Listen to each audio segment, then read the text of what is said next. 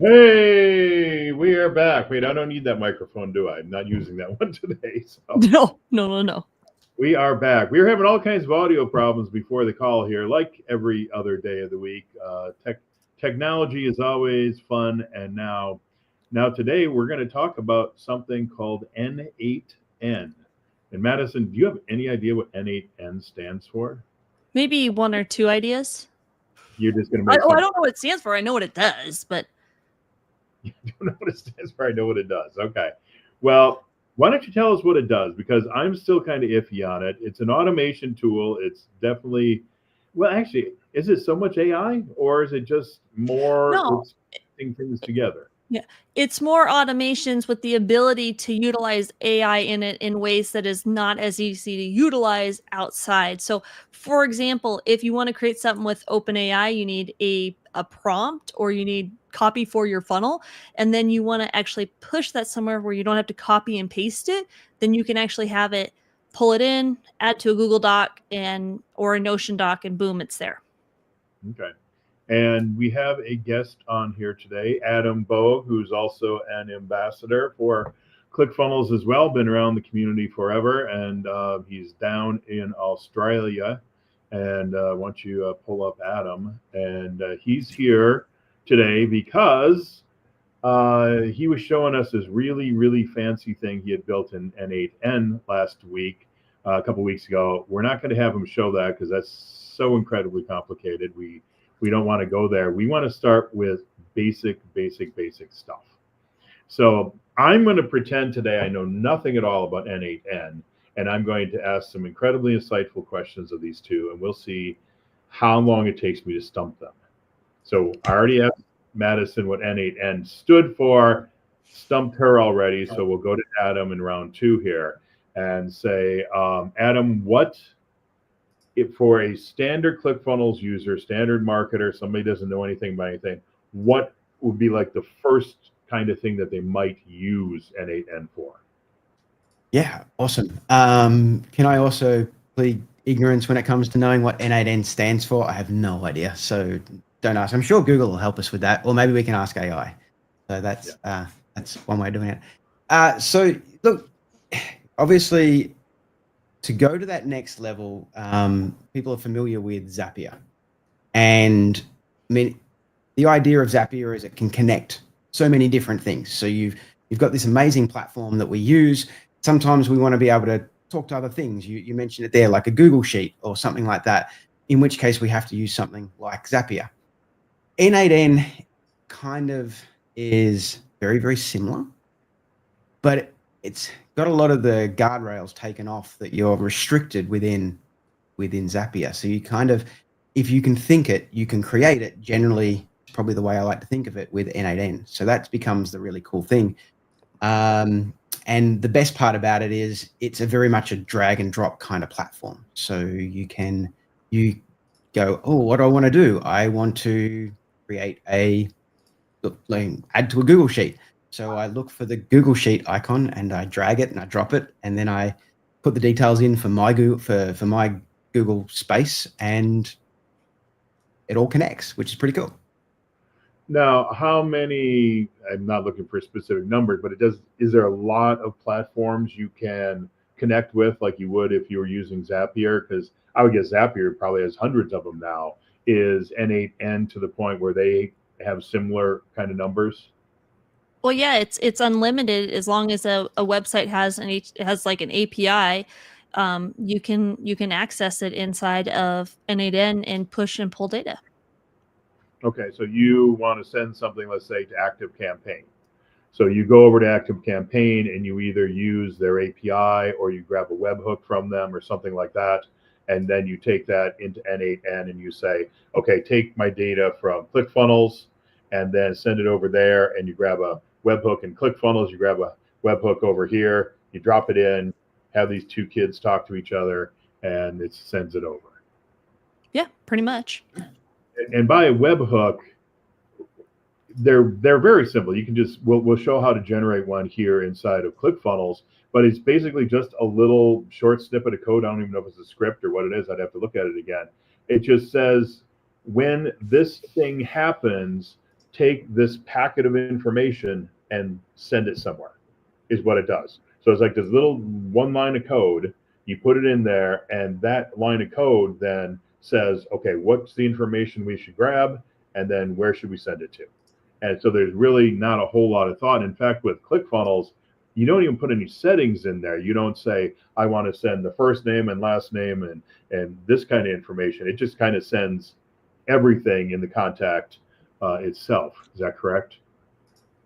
I think it depends on the program and the webhook. Okay, because so you could create like a purchase webhook or something, right? And then it would say, okay, send the person's information, send the product they bought, their address, their shipping address, and the price. And that would then go to your shipper, whoever ship Zoom or whatever the names of those things are. It'll go off to your shipper, and then they'll print the whole thing out. So you could, in theory, run the connection between ClickFunnels and your shipping company through N8N.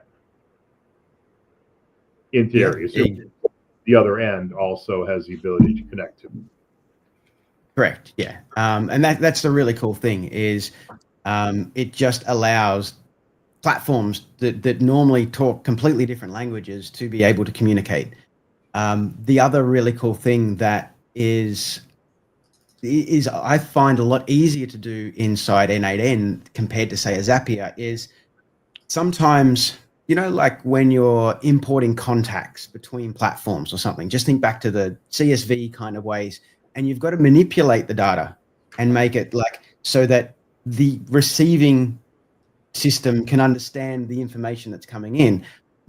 Instead of having to go in and use, you know, Excel or a Google Sheet and manipulate your columns and that sort of stuff, you can actually use maybe potentially like a little decipher element, like a code block or something, to actually recreate those packets of information in such a way where the two systems can talk, and you can get the data exactly as you want it out of one system into another. So for doing that shipping example, that is exactly, you know, something you can do really, really easily with N8N.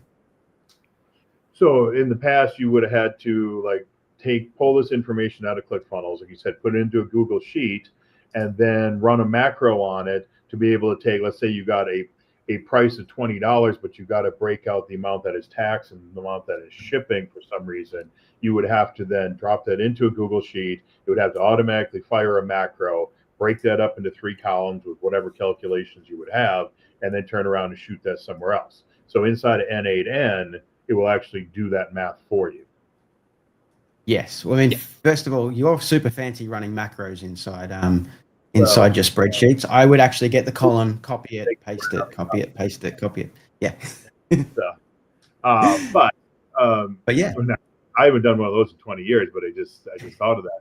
But the other thing you said earlier is one of the advantages to it as well is in some situations you may still want to run this through Zapier, but you can run, let's say, from ClickFunnels to Zapier, and then Zapier there's one hop inside of Zapier to somewhere else, whereas in other situations it would have to do like 3 or 4 or 5 different things inside of Zapier, and every time it does one of those things, I don't even know what the heck they're called in Zapier anymore. A zap. No, where it has to do like a calculation. Yes. Or okay, that's each one of those is considered a zap. Okay. Yeah. Well, so it has to do that 5 times. Well, you're getting charged for 5 instead of you could have it just bounce through there one time on the way somewhere else, and then use N8N to do the rest of the work on the back end. Yeah. So to sort of dive into that and answer something that you said earlier about how much functionality does this have compared to Zapier? One of the really cool things, if you start to create complicated zaps inside Zapier, the problem with that is you might have multiple steps. Now, every time you run a step inside Zapier, they're taking one of your credits for the month. Okay. So if you've got 10 steps, well, that's 10 every time it runs. So what you can do, even if the platform that you're wanting to work with only talks to Zapier because they don't have an open API or the ability to use webhooks, you can connect it with Zapier and then instantly send that information over N8N and do all of those complicated tasks whether it be 5, 10, 100, and you're only going to use one of your tokens or one of your credits out of Zapier. So it becomes a very effective way of doing it. Because one of the big reasons for that people love N8N is because they're not charging you on the complexity of what you build, just on the usage, but not the complexity, meaning as you grow beyond really simple things and start to really tailor this to what you need to be able to do, you don't get penalized. And it's now unlimited workflows, unlimited steps, unlimited executions inside N8N for the same price. And I do have to admit, Jason says I was wrong. It is tasks. So Jason's in the comments, keeping us on track. Yeah, tasks inside a Zap. Yeah. So yeah, ultimately the platform is just Zapier, on steroids, effectively rocket fuel to Zapier. And the thing that I think is good to everyone's ears is the fact that it does end up being a lot cheaper. The Zapier is an amazing tool until you use it a lot, and then just like so many of those tools out there, as you expand and grow with these tools, they scale with you. The cool thing about N8N is it gives you a lot of flexibility without the price tag. And I think the same thing, like if people have heard of Make, I would say Make is in between Zapier and N8N. It is slightly cheaper, but you're also charged by the step or by the execution, I think, in Make. One or the other. And then another one we were talking about earlier that Madison and I were looking at like a year or so ago is called Mind Studio. Very, very similar kind of thing if you want to look into that, where again, you basically string tasks together. And we've all seen it, and Adam's going to show something here really quickly. But basically, you got a box, you got a line, another box, line, box, and it would do multiple tasks one after another. So, all right, well, let's talk about this a little bit here. So I think Adam has a simple example set up. Now, I will tell everybody here, because Adam was setting this up ahead of time, none of this stuff is as simple. I mean, it'd be great if we could all come in here, just snap our fingers and this stuff was working, but it doesn't work that way. Whether you're using Zapier, you got a learning curve on it. You got to figure out what you got to do to get Zapier to work. Same thing with this here, because we're going to have to go in and we're going to have to get a webhook. So he'll show us how to do a webhook. We got to get that. We got to put that in N8N. And then getting the front end set up is the harder part, right, Adam? And then after that, stringing the tasks together gets easier. Yeah, most definitely. So, yeah, sometimes, look, with a lot of these things, I don't know about you, Madison, but I find sometimes it's easier to sort of draw it conceptually, and then it can become a little bit easier to build out. And certainly when I'm explaining things like webhooks and stuff like that, if you know what a webhook is, yeah, it's like, just create a webhook. I get it. But if you have never heard of a webhook, it's like, okay, what is this magic and stuff? So if I can maybe just first, I mean, what you asked before is like, well, what if I want to just take a contact, like when someone opts into my opt-in page, my lead squeeze page, whatever page, the registration page, I want to save that information. So maybe they're registering for a webinar, whatever it is, but I want to take them and I want to put them into a Google Sheet, something that can become really handy, send that Google Sheet off to the team. Here's the people you want to follow up with, or do whatever you want to do. So natively, that's not something that's necessarily easily done, but it's something we can actually do quite simply with N8N. So if I can work out how to share. N8N can get as complex as you want it to be, or as simple. It can be 2 steps, or it could be 5,000 steps. That would be big. 1,000. That would be huge. You should break it apart at that point. But going up a little. But the one that Adam showed us last week had to have probably 15 steps in it with a loop. So there was things that had to loop back through 3, 4, 5 times.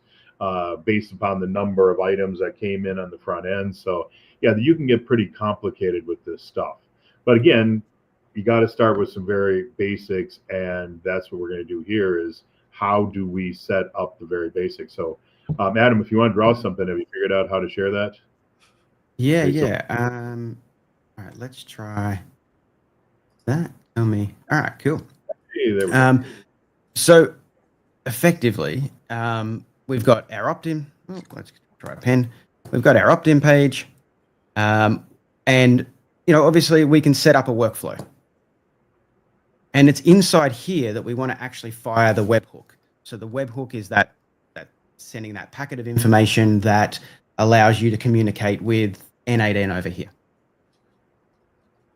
So it's what we're actually going to do is use that workflow that is just on opt-in. And one of the steps we're going to do is fire that webhook. And then over here, we're actually going to catch the webhook. So that same packet of, and then we can do whatever we want with the data. So it's the webhook that it becomes the magic that sort of allows this to all work. So what I'm going to do is first we're going to set up a webhook. Okay, then we're going to set up the funnel with the workflow. And then I'm going to show you N8N and how we catch it, and then how you can set up and test and ultimately send it to a Google Sheet. So let me switch. So again, the webhook is just a little snippet of code that Adam's going to show you here. All that does is it says, grab this packet of information known as a JSON object, but it's a packet of information about that contact and send it over to N8N. So we'll see the actual packet that's being sent over, and it's going to have the stuff you would expect: name, email address, a whole bunch of other information in there that's completely useless, but it just sent along with it anyway. Yeah. So there we go. So if you haven't done it before, to set up a webhook, it's not super complicated, but it is hidden inside your workspace settings. So inside workspace settings, you'll see third from the bottom, you've got one called webhooks. So we just go in there, and just once we're in the world of what we call webhooks, they now start to talk about them as endpoints. So that's what we're wanting to do to create a webhook. We're actually going to add a new endpoint. We can click there. Then it's as simple as giving it a name so that you can reference this. This is just purely internal, so you'll know what's what. So I'm just going to say N8N send contact. Okay. Now the URL I'm going to come back to in a moment. This is the thing with webhooks. You've kind of got to set up both ends, both sides. So I'm going to leave that for the minute, and I'm going to come over here, and what I like to type is just workflow, and you'll see here it'll be a webhook that's delivered inside a workflow. So they're the three things we need to set up, but we need to first get this URL, and we get this URL inside N8N. So I'm not going to go through the setup of N8N.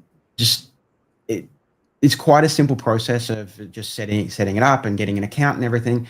But the simple thing you'll see is you'll just have the option to create a new workflow. And then that's what you see here when you've created a new workflow. And we should say at this point, you have to have a trigger for your workflow. So Adam's going to show the trigger based off of webhook. It can be a form.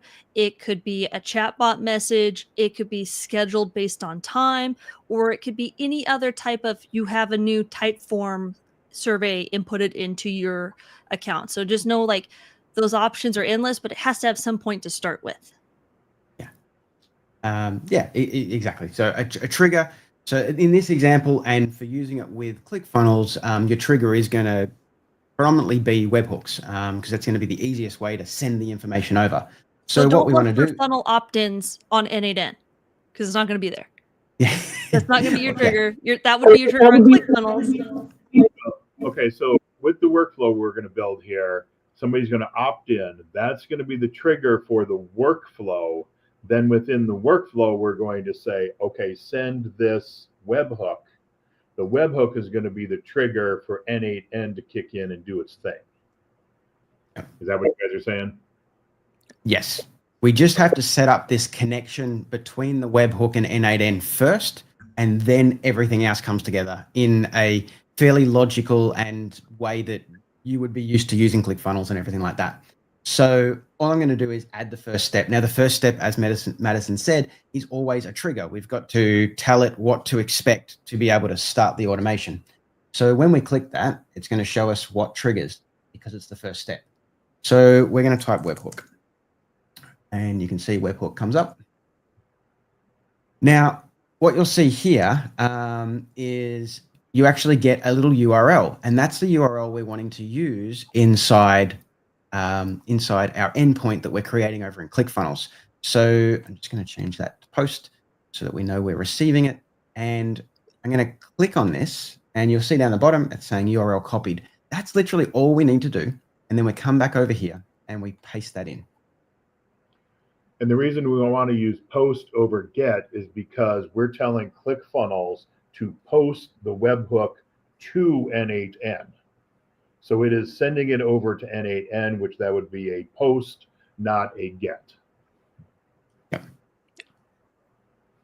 So they're the only three things you need to do: a name, the URL of where the information is going to be received, and the type.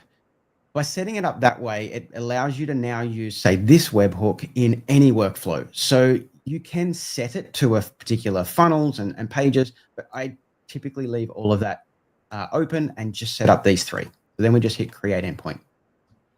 And that's literally N8N send contact. It's there. It's set up. That's all we have to do to be able to utilize this. Then the rest of it becomes a lot more like what we're used to when it comes to our ClickFunnels accounts. So right here, I've just created a really simple opt-in page. It's just got, I'll just preview it here. We've got a first name, an email address, and click to sign up. As simple as that. It could be as complicated or as small, but that's the ingredients that we need. And I've then just created a thank you page. The way we actually now make this work, as when I drew this out, is we do it through a workflow. So let's create a workflow, and we'll just say send contact details to N8N. All right, and we're going to choose opt-in. Now, if you were going to send the details, obviously this would work just as you would for a normal ClickFunnels. If you were selling a product here and you wanted to make a Google sheet of the sales, then you would use the event type that you would be used to here. For this example, I'm just going to stick with opt-in. So we'll create the workflow. Turn it on.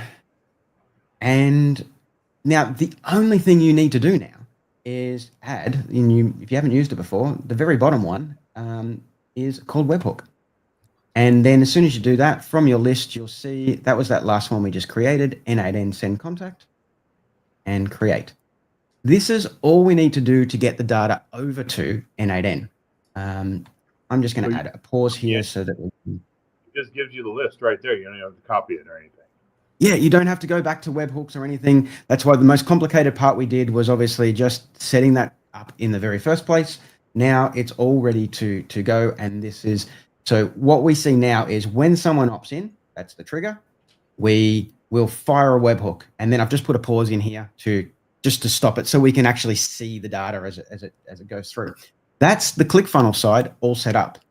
We now need to go over to the N8N side and make sure that it's all working. And initially, it's all going to be in a testing mode. So what we're going to do here is we're in test mode, so nothing's turned on, but we can turn this listen for test events. So all I'm going to do is turn that on. Now it's listening. It's waiting for a webhook to be fired to it. So let's go over to our form over here. Get rid of that one. And let's preview that one. And I'm just going to do Atom test plus test. And you just see it. We'll go click to sign up. Okay, sent to N8N. Let's come over here.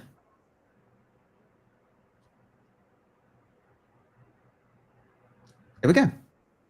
Data has magically appeared. So you're going to see so much data in here. Like it's going to have all this information that comes through, and there's a lot of deep, information we don't need, but it's about pulling out the specific information we do need as we move forward. But few of the things you'll start to see is we can even see what page I was on, what funnel I opted in from. You can see in here. Email address. Sorry? Is your email address on there? It should be in here. Adam Test is my name, and there's my email address. So all that information is in here. Now, one of the tricks you can do inside N8N, which is really cool, so I just want to show that now, is there's this little pin data option. This is fantastic when testing, because by clicking that, it has now saved that, and I don't have to keep firing the webhook over to capture the details all the time. So we can now kind of work within the N8N space using this information, this packet of information that got sent. So we can now sort of close that down. So this has now captured our information. Now we can do whatever we want. And this is where if you can think it, you can build it, you can create it, and you can get really, really crazy as far as like some of the things you can now do with this data. For this example, just to keep it really simple, we wanted to add it to a Google Sheet. So now, without overcomplicating it, it's going to be easier to pre-create this Google Sheet. So I'm going to probably just jump into Google Sheets, create a Google Sheet. You can, but this is the cool thing, you could go through the process of, if the sheet doesn't exist, then create a new one. You know, you can automate the life out of this. But for this, we're just going to create one and add some data to it. So let's just type in Google. You can also stop it if the person already exists in your Google Sheet too. Yeah. So there we go. All I did is type in Google Sheets. Let's click it. And what are we going to do? We can create, we can delete, we can append a row, we can row in the sheet, append a row in the sheet, or update. Yeah, we want that one. You can create a new sheet. You can do all these sorts of things. So at the moment, we're just going to append or update. So the reason you can, if you just do append, it's going to add a new line every time someone registers. Now, the example of this might be someone's registering for your lead magnet and you're saving it. If you do append, it's going to show a new line every time, even if the same person does it twice. If you do append or update, it means if the person signs up again, you're not going to get multiple entries. So this is where you can choose the outcome, or based on the outcome that you want, you can set this up. So for this, I'm just going to use append or update. All right. It's now coming up with a whole lot of information that we need. So I'm going to need to quickly set up a Google Sheet. Give me a second. And the little hack I learned, you can just go to sheets.new. It makes a new Google Sheet in your browser. Really? Yeah. Nice. And Well, it probably only works if you're in Chrome. Probably not in Safari, or does it? I don't know. I haven't tried it. Yeah. Because when was the last Chrome? The only time I ever use Safari if I'm testing somebody's page that isn't working right.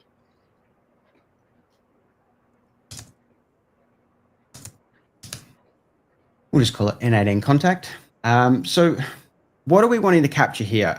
We want to get their email, and we want to get we only captured a first name.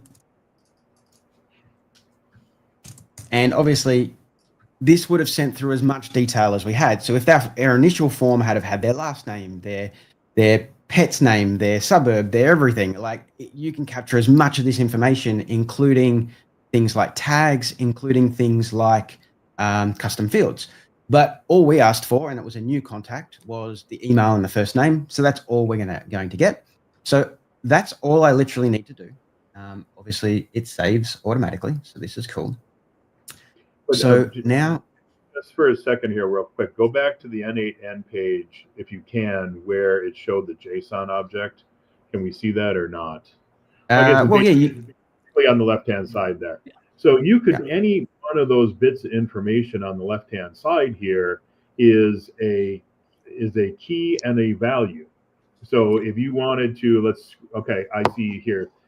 I saw the name of your city. Let Adam fill out the document to pull in the document, because then we can update this too. But you're right. So we could, if we wanted the date that I entered it, if we wanted the funnel that I entered in from, we can capture all of this. There is one thing to note is you do need a unique ID. Now, the cool thing is ClickFunnels has that unique ID for you that is their email address. So we don't need to worry about it too much if we're working within the ClickFunnels realm here, but just something to be aware of. And I'll show you how that comes into play. So what we're going to do, we're going to set up. So this was, I'll just come out of it again. I've append or update row and sheet. So let's click on that to open the settings. All right, my Google Sheets account I've already set up. The document within. Let's find sheet within document. Yes. All right, from list. Now I just called that N8N contact, so you can find it. And we're just going to go with sheet 1 because it was only the first sheet.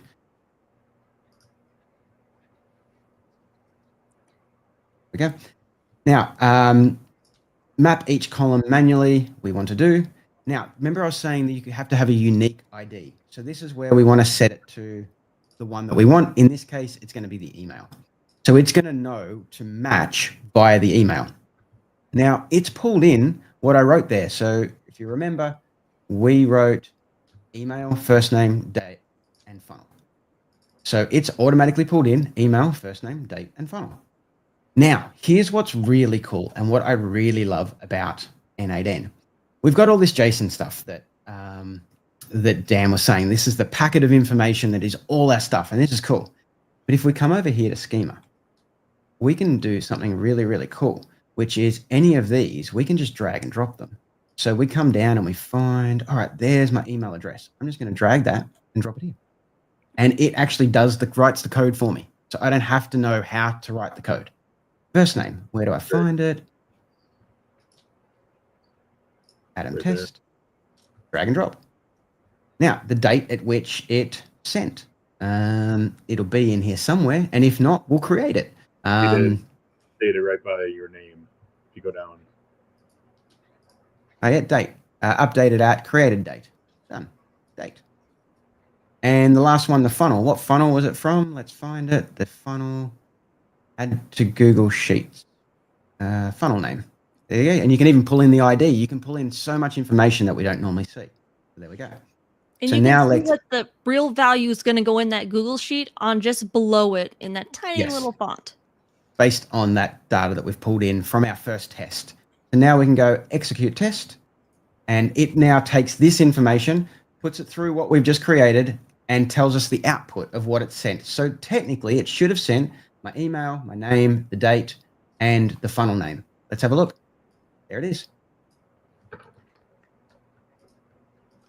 So I'm seeing a lot of similarities here with Zapier, where you create a test result, a test record, I guess. You got to create a test record. Then you do some stuff. You go through. You click on the stuff inside the test record. It fills out the forms for you as you go through. Then you hit the test send. Boom, goes to where you want it to go. So yeah, if you're used to using Zapier, it's a lot of the same steps. Exactly. It's just the ability to, I think, go even more complicated and more complex, which you couldn't do, or certainly couldn't do cheaply. And now, these start to. I had to deal with some dogs a little bit earlier. Did you guys talk about what this costs compared to Zapier? I know we were saying that we can cut out a lot of steps that you would do in Zapier, but what is the cost of N8N every month? $28 US, I believe, starting out. Okay, and how does that compare to Zapier? To do something simple like this, all you want to do is just send everybody who opts in to a Google Sheet. So Zapier, I think, is going to be about the same, but remember, you're going to be charged each one of those tasks. Now, granted, if you have 100 people, you're not going to hit your 750 tasks that you get under the lowest plan, right? Sorry, $19.99 or $19.99 if you buy it for the year. But remember, you get like so many tasks. So in an N8N, you're paying about the same amount of money, but you could have 100,000 people run through your funnel and push it to Google Sheets and not have to pay when Zapier, once you hit that limit of what you get included for in your what you paid, is going to charge you or stop. And you get the flexibility of you can easily. So now, Adam, go back to the page with the little boxes on it. So now let's say we sent that over to our Google Sheet. What else can we do, and how would you then configure it? Or can you do two things simultaneously? How does that work if you want to do another task? Yeah, exactly. So maybe we want to, maybe I want to not just add it there. So maybe I also want to maybe I want to send myself an email when, obviously we can do that inside, we can use a notify, but just more like you're talking about doing multiple things. If we want to add it to send ourselves an email, well, we'll just look for it. Email. There we go. Or other platforms. I want to send an email to that person saying, so, I mean, obviously you can do all of this sort of stuff, but if we want to send an email, you can just come through. Where do I want? Well, let's just think of an example here. So you run through a survey, and you collect all their survey data as custom attributes. And when they're done, you want to send that list of custom attributes to somebody so that they can, create a custom gift to send to them. Let's just say, an example. So you're going to send over the person's name, their email address, their home address, and the information that's needed to create the custom t-shirt for them. So you can do all of that right in here, as well as also putting all that data into your spreadsheet. Correct. So if we want to do things it's as simple as, like a lot of these things, it's like water in pipes. We got the information here and we added it to a Google Sheet. If we want to then manipulate that data and do something next with it, then we add it here. If we want to do a different thing, then we can add a different thing. As I was saying, it could be, and you can link it off here. So we can, let's say we did just want to send a message. Gmail. Let's just send a message. Now, the other thing is you can pull in data from other steps as well. You're not just stuck to the step you just did. You have as many as all the way back to your trigger. Yeah. So you can grab all of the data from any point. So if you create some data along the ways we were talking about earlier, you can then 4 steps down the road go back and say, okay, give me the shipping. The shipping cost from step number 2, even though I'm in step number 8 right now, and you just draw a line back to it and say, go grab it. You just, on the left-hand side, you're just going to scroll down if you're already like in your Google Sheet step, and you'll just kind of open up those little windows. Yeah. So let's say, all right, you grabbed that information, but you had a freight, a Google Sheet with all your freight costs inside, and you could do a lookup. You could add a Google Sheet here that has all your freight costs in it. You could then connect the freight and these together and join them together and marry it and then continue on with the data. Like, it gets complicated, but this is the cool thing. This is also why I like to draw things out before I build them, because it makes life so much simpler. So you don't end up with spaghetti on your screen, is really what it looks like here. Now, Madison, I think, has been studiously working away in the background, building out the most complex N8N ever made by man, is what she told me she was going to do. No, not quite. I've already built those. No, you've already built those. You can't share them with the public, though. That's all top secret. Right. So you brought up the example of your average funnel hacker. How can a funnel hacker use this? Say they are in the FBC program, right? For example. So what I have built, and I literally built this while Adam was doing what he was doing. So if I open up this window, and I'm hoping I grabbed the right one. So what I use is, a lot of times I'll use a form trigger if I want to kind of change the data as I go. So what I have here, I just have a form. Now I have this HTTP request. And what this is doing... Before you go any further, you already lost me. Where is that form? You said the form was submitted. Right here. Where did that form come from? Yeah, but where's the form? Somebody submitted the form. I hit execute window. Oh, shoot. Hold on. We're not sharing our whole. Stop sharing. Entire screen. Got to get the right screen. I got too many screens here.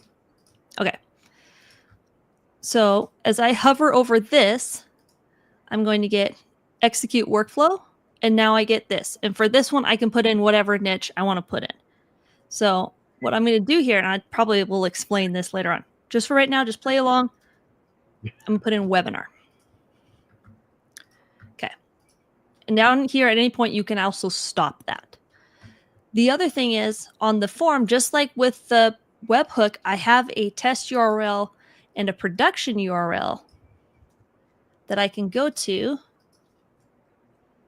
and submit the form there too. Now, I don't have it on, so I'd have to use the test one. Oh, it's not listening. But normally I would be able just to go through there then. Okay. So funnel hacker, the hardest thing to do is to find people who need your services, right? So who needs your services? People who are advertising for a webinar. So what I'm going to do is there's this little thing on a website called Appify. And this is a Facebook ads library scraper. And so what it's going to do is it's going to go out to the Facebook ads library, depending on how many records I want it to get. So you do that using an API call. As you can see, I've pinned the data. So you see here, I have the final step coaching. I scroll down. I have, looks like this one's running a lot of them. But this would normally give me the different funnels or ads, people who are running ads. Let's actually go through, unpin this data, and let's type in ebook, for example. Now, what this is doing is it's going out to this little worker right here. It's waiting for it to get done with pulling its information. So this does take a little bit of time. And then what I'm going to do is I'm going to have it basically do this step one at a time. It's going to loop over them. It's going to add them to my Google Sheet. And then it'll just kind of complete this process until it has done all 10 of them. So as you can see, they are flowing in here. So for example, I can go to, I grabbed in the URL. And now here's this person's funnel for, I think this is one of the ones from the webinar one. And I could say as a funnel hacker being like, man, I could do a better job on that. Go out, because this will actually give me all the data about the page that ran this Facebook ad. Reach out to the page and say, hey, I rebuilt your funnel for you. I'm a certified funnel builder. Here it is. So you can kind of use this as your show proposal. But if you've ever tried to search through the Facebook ads library, that's a nightmare, right? The other thing you could do, we're going to get crazy now. We could put in a schedule. So a schedule. And so every day at midnight, I can have this trigger go out to that HTTP request, get me all the new people who have launched an ad for webinar, ebook, whatever I set it for, and then put them into my Google Sheet so I can wake up in the morning and have them ready to go.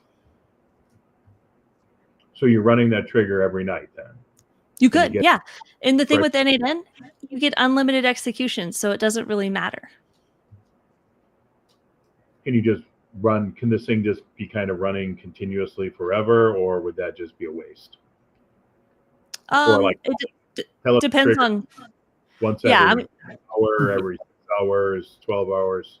So any kind of time period you can put on there. I mean, it's just your basic prompt job, essentially. Yeah.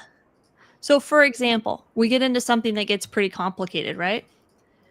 I find myself getting a lot of YouTube videos I would like to watch. So I put them in playlists. So I can have this go and every 4 hours pull my playlist. I kind of centralize all the information. Actually, this is where I centralize it. And then it goes out and it actually transcribes the video for me, puts it into OpenAI, and then I ask it, what do I need? What is the important parts of this video? What I actually need to know? Kind of my too long didn't read. And it's going to spit that out. And then it's going to create a page in Notion and store that page in Notion with that data to it. The downfall to this is Notion limits you to 2,000 characters. So that's why I have to loop over this till I make sure that all of this information is here inside my Notion document. Well, okay. Well, first, my first question was, of course, I mean, are these cat videos or dog videos that you're scraping? But we'll just forget my stupid question. My other one is so you're putting this into Notion.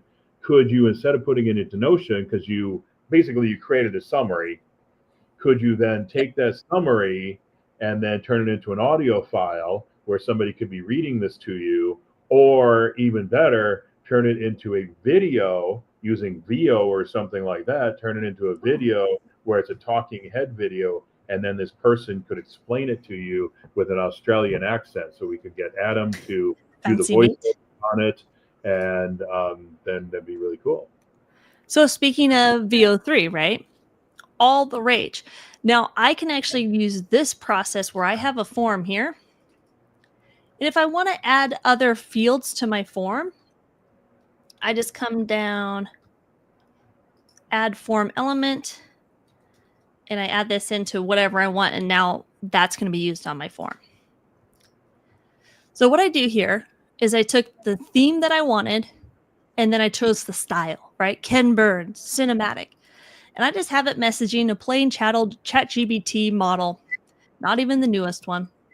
And what I did here is I have pulled in my idea, which is 2 stormtroopers building a funnel. Did this for Adam and Jason. And I also pull in the style that I want, which is cinematic.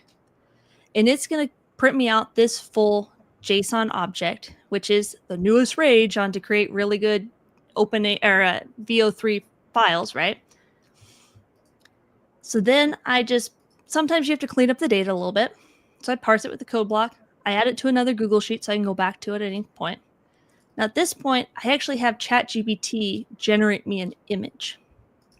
So as you can see, here's my image. And then what I do with this image, I go to, I just use IMGBB, where it just stores this for a temporary amount of time. And then it's going to push this over using the API to replicate. I haven't ran it because it is a little bit expensive, but this will automatically create the video for me utilizing my prompt and that image file. I'm going to pass this all automatically, and I could loop through these, or I could have every morning at 2 a.m. create me a VO3 file that then I could post to social media. And all I'm doing is I'm just asking ChatGPT to create the idea and put it in a JSON file. And as you can see, it's duration, the location, time of day. Okay, so you got the 2 stormtroopers building a funnel. That was something you input into there. Yep. And so you change that, and you could have, 2 bunny rabbits building a funnel, and then, but you put that in the previous step. Is that where you put? I put it in on the form, so you can see right here. These are my values, and then I just drug them over here, and then they popped up here.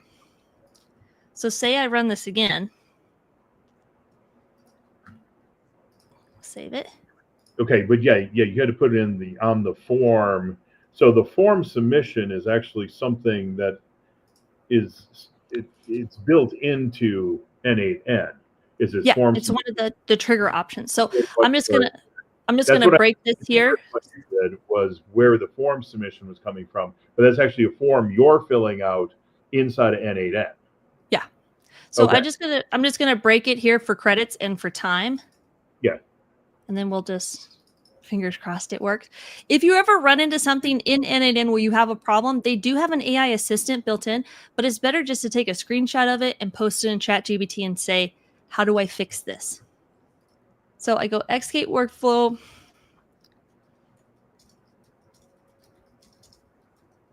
Okay. Right, two So cats building a funnel. okay. And I could say blog style, right?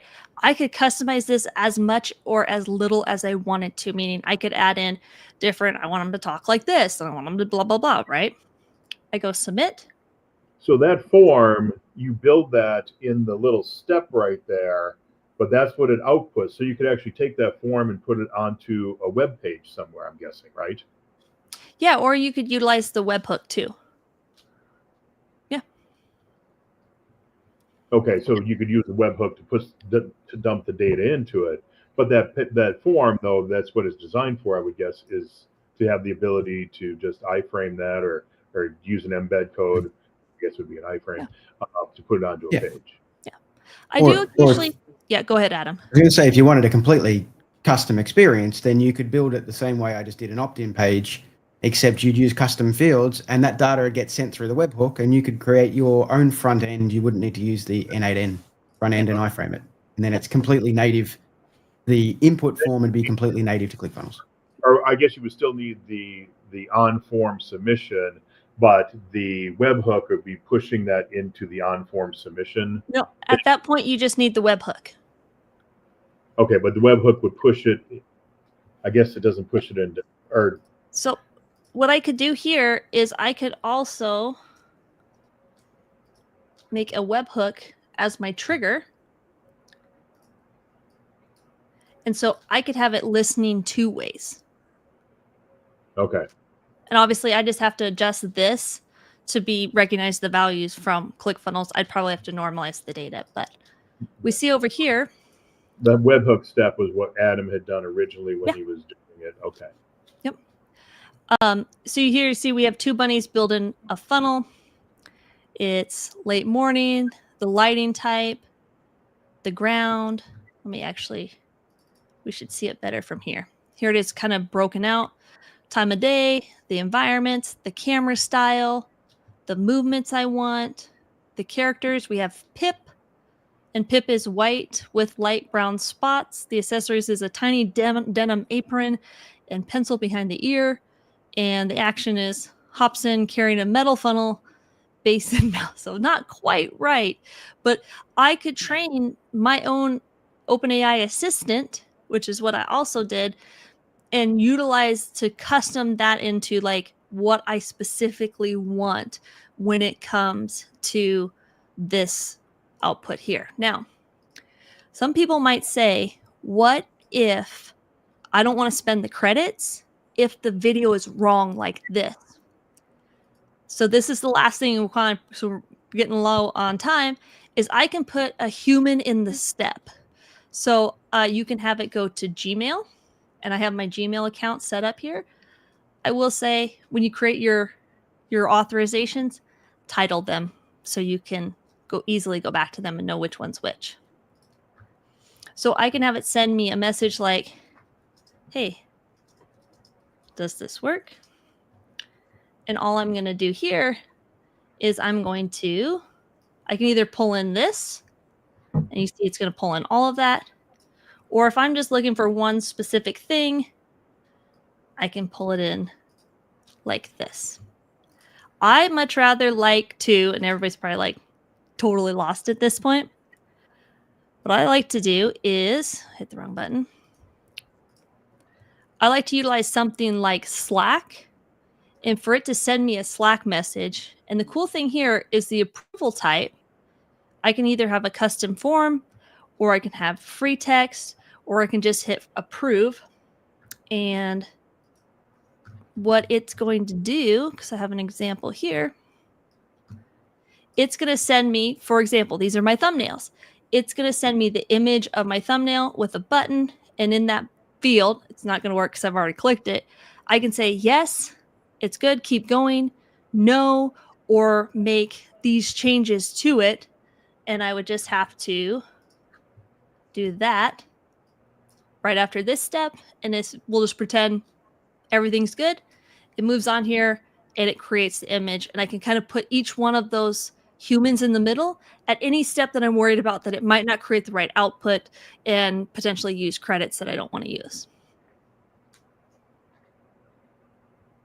Okay, so what point in there you got the OpenAI upload? Which one of those steps there actually created the video? Because the video you were showing was just the shoe moving around, right? Yeah.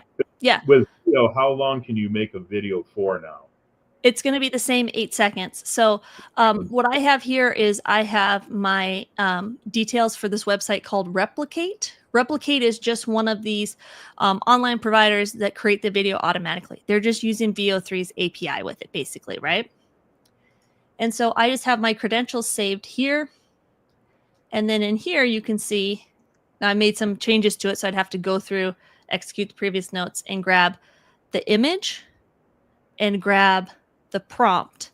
I pass that through and boom, it makes my video.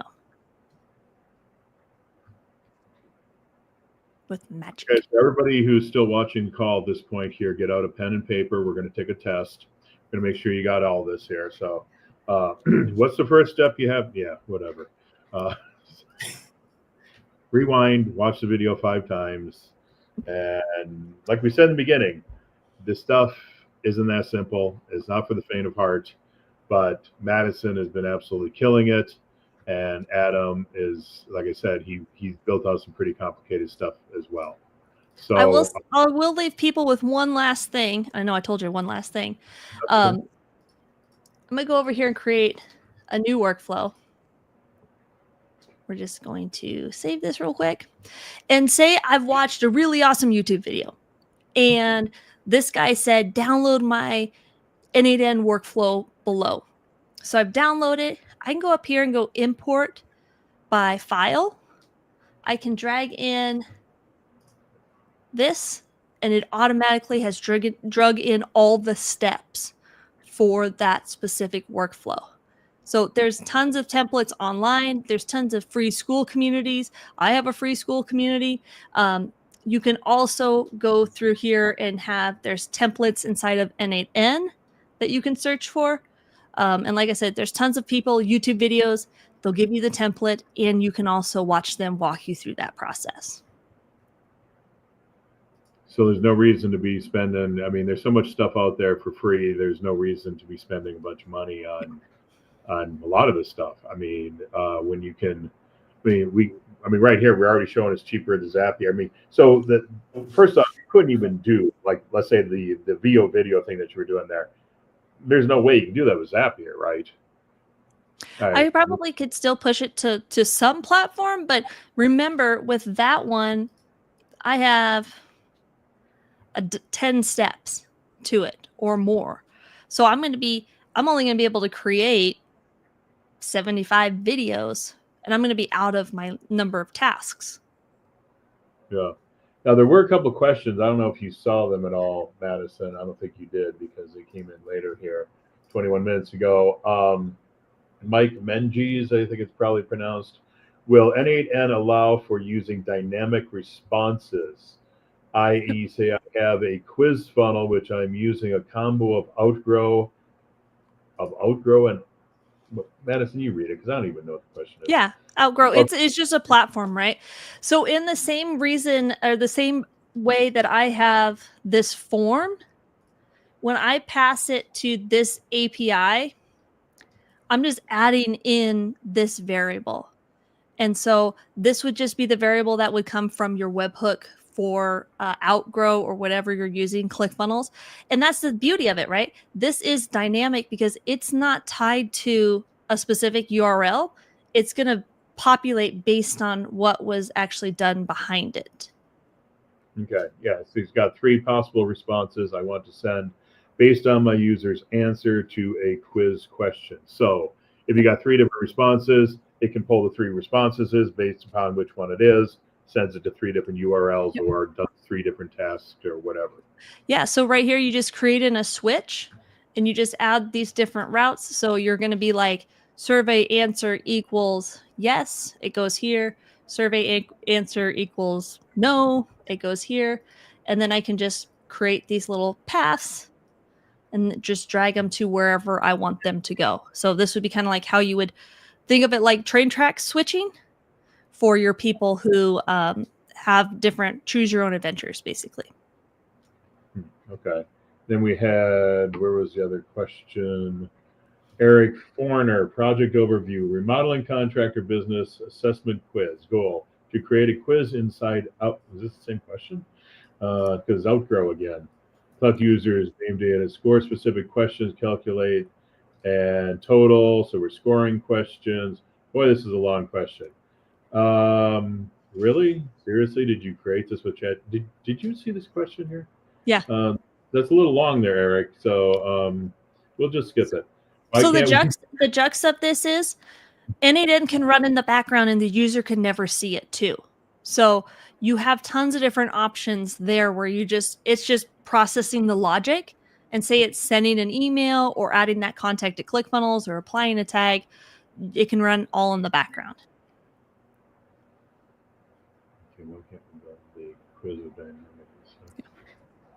But I think some of your complexity is coming from just simply using outgrow redirect. Yeah. Well, the other thing I would say, based on what Eric's last question is here, why can't we build the quiz with dynamic inside of CF, where it opens a page in CF with the results?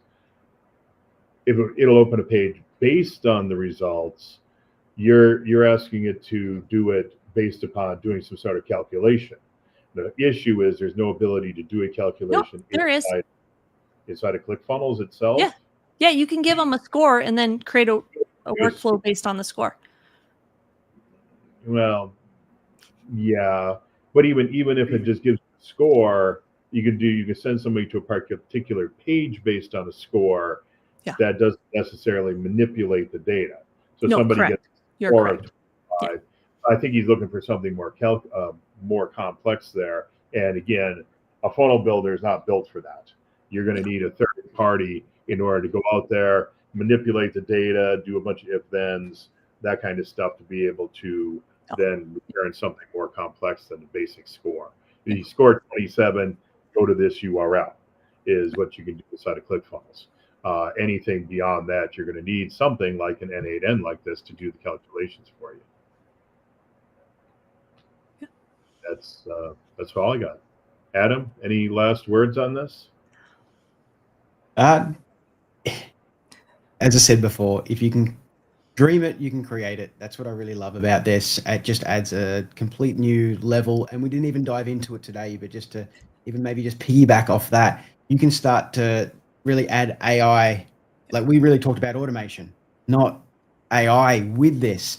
Like, to go a level deeper on what I think that question was really saying, you could take the answers and formulate some sort of email based on the answers using an AI agent style step, and then email them a completely unique response that is completely tailored to them based on how they reacted in the quiz.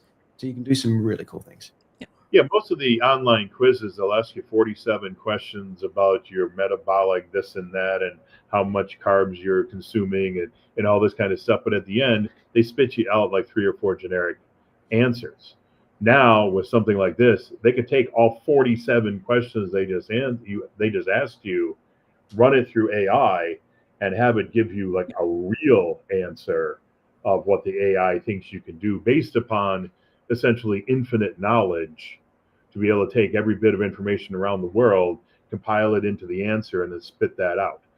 But then, of course, the next question becomes are you then setting yourself up for lawsuits in that you just gave somebody medical advice, and don't probably want to do that either. So just for my particular example. So you got to be careful about this stuff too. Are you qualified to dispense the information that AI is putting out there? And you got to ask yourself that question. Because if you're not, you might think twice about putting it out there. And the price on N8N, it starts at $29 a month, goes up, but 29 will give you unlimited workflows, unlimited executions, and a few other things that they announced today.